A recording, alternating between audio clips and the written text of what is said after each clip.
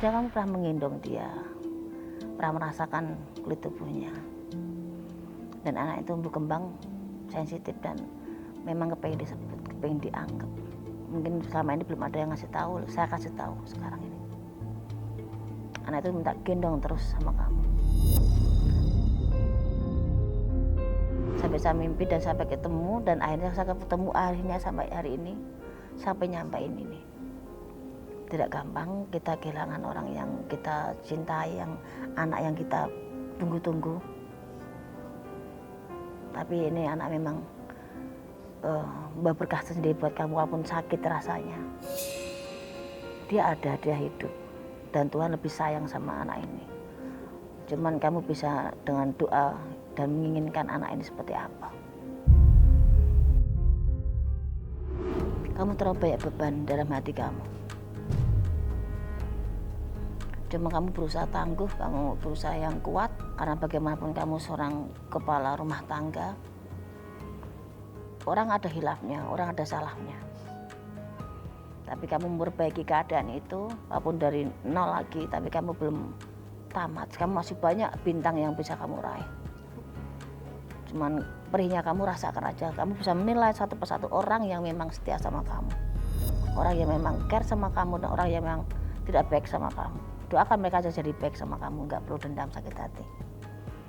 Dan anakmu adalah salah satu pelambang kehebatan kamu seorang laki-laki dengan segala kurang dan lebihnya. Ken walaupun tidak di dunia ini lagi, tapi Ken akan selalu mendoakan seorang Indra Bekti sebagai ayahnya, dan saya menginginkan Indra Bekti terucap apa buat Ken. Ayah sayang sama kamu, Ken.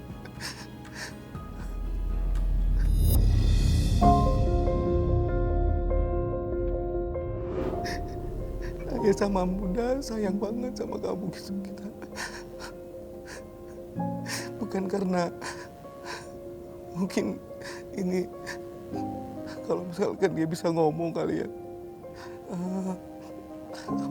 Aku ini kayak dibuang gitu kali ya. Karena harus nyelamatin ibu gitu. Karena pada saat itu Bundanya pun juga bilang, aku nggak mau lepasin Kamu buat Ken. pilihan kan, gitu kan. Iya betul, Mbak. Dan terus pilihan yang tidak gampang, pilihan yang sangat sulit.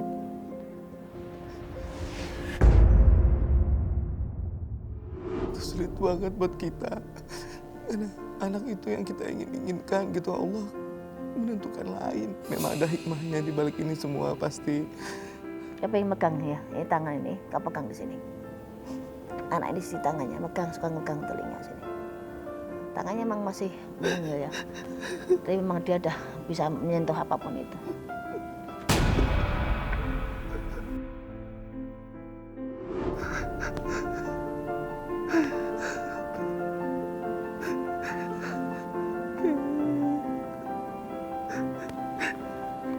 Itu adalah pemberian terbaik buat Indra Bekti. Dalam berbagai permasalahan ini, Indra Bekti semakin dewasa, semakin hebat. Seorang bapak dengan pilihan yang tidak nyaman dan tidak enak banget. Mungkin istrimu sendiri juga tidak mau seperti ini, kepenginnya juga anak yang selamatkan. Ya, tapi kan tidak semudah itu juga. Semua sudah pilihan. Jangan sampai ada timbul Ken punya dendam. Tidak. Kamu sering sebut aja anak itu tetap tumbuh, kamu tetap anak saya. Ayo tetap kamu di sini nggak apa-apa. Memang beda dunia, beda alam. Jangan merasa tersingkirkan. Karena anaknya tipe-tipe sensitif. Dengan bertubi-tubi permasalahan Indra Bekti. Ken dipanggil kuasa dengan cuma berapa menit ya, di 23 menit 23 itu. menit.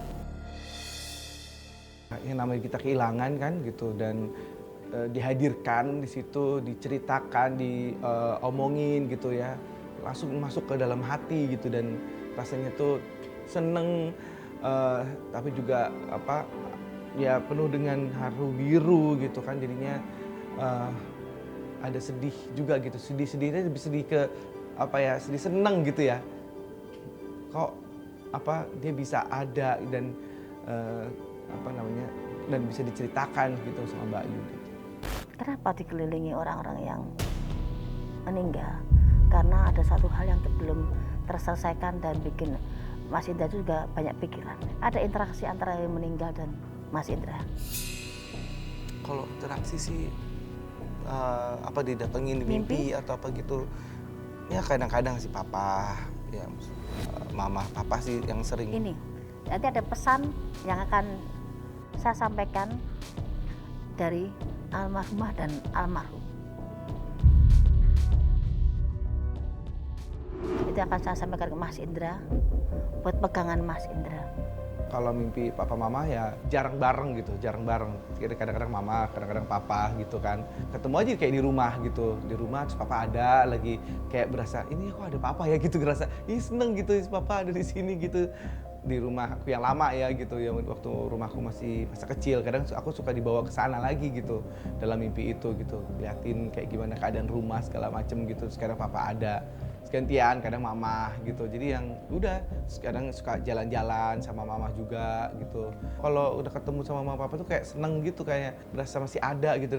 Di belakang Mas Indra saya harus menggambarkan papahnya Mas Indra, ibunya Mas Indra, ada anak di sini. Jadi ini siapa yang saya akan interaksi untuk saya tarik untuk mediasi dengan Mas Indra, karena almarhumah dan almarhum juga ada satu yang ganjal di Mas Indra yang sampai sekarang belum terima sebenarnya kondisi itu.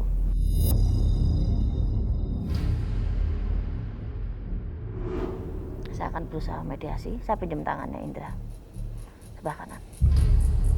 Bismillahirrahmanirrahim. Ini aja.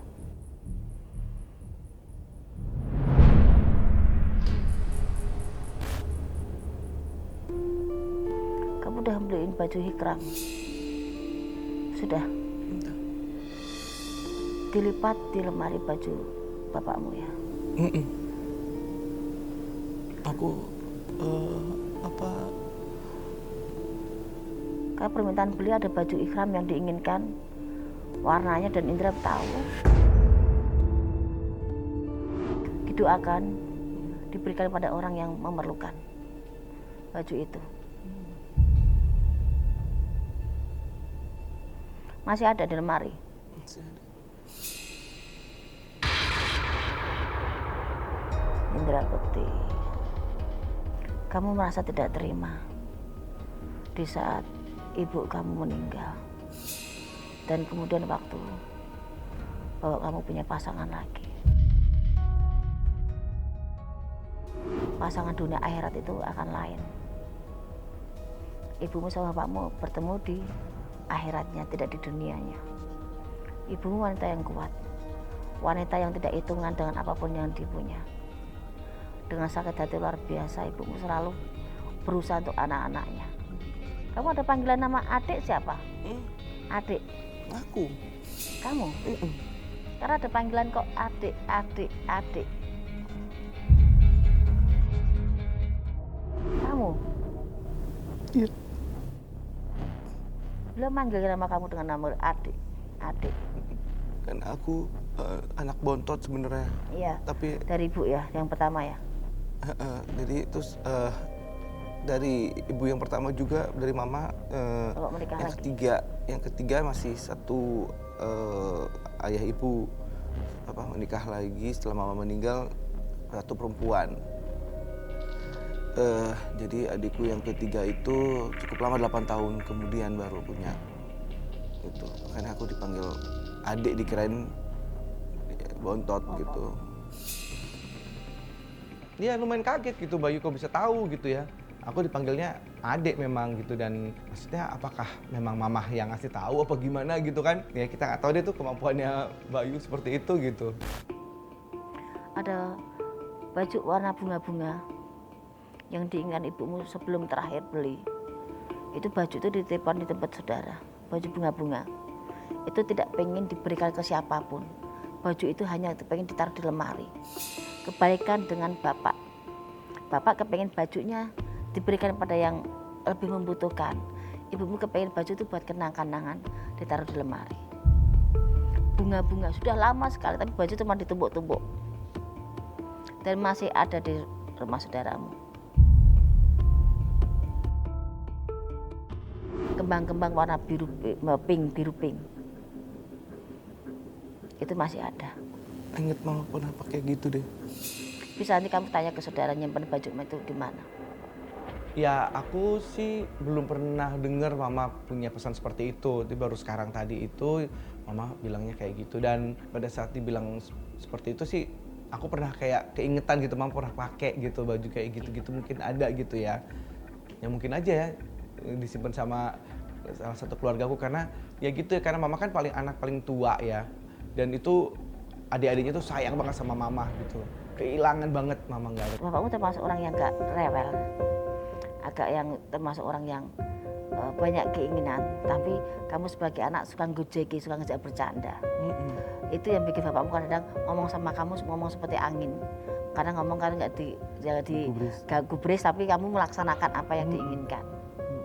Kamu termasuk anak yang berbakti, makanya namanya bekti itu anak yang berbakti loh. Nanti kamu akan merasakan dengan ada kehadiran angin pelan ada di belakang kamu, ada kehadiran ibu kamu. Ya itu sih, apa namanya, waktu dulu kita kerja bareng-bareng dan ternyata dia harus ninggalin kita lah gitu istilahnya. Dan ya dimana kita lagi butuh dia, tapi dia ninggalin kita gitu.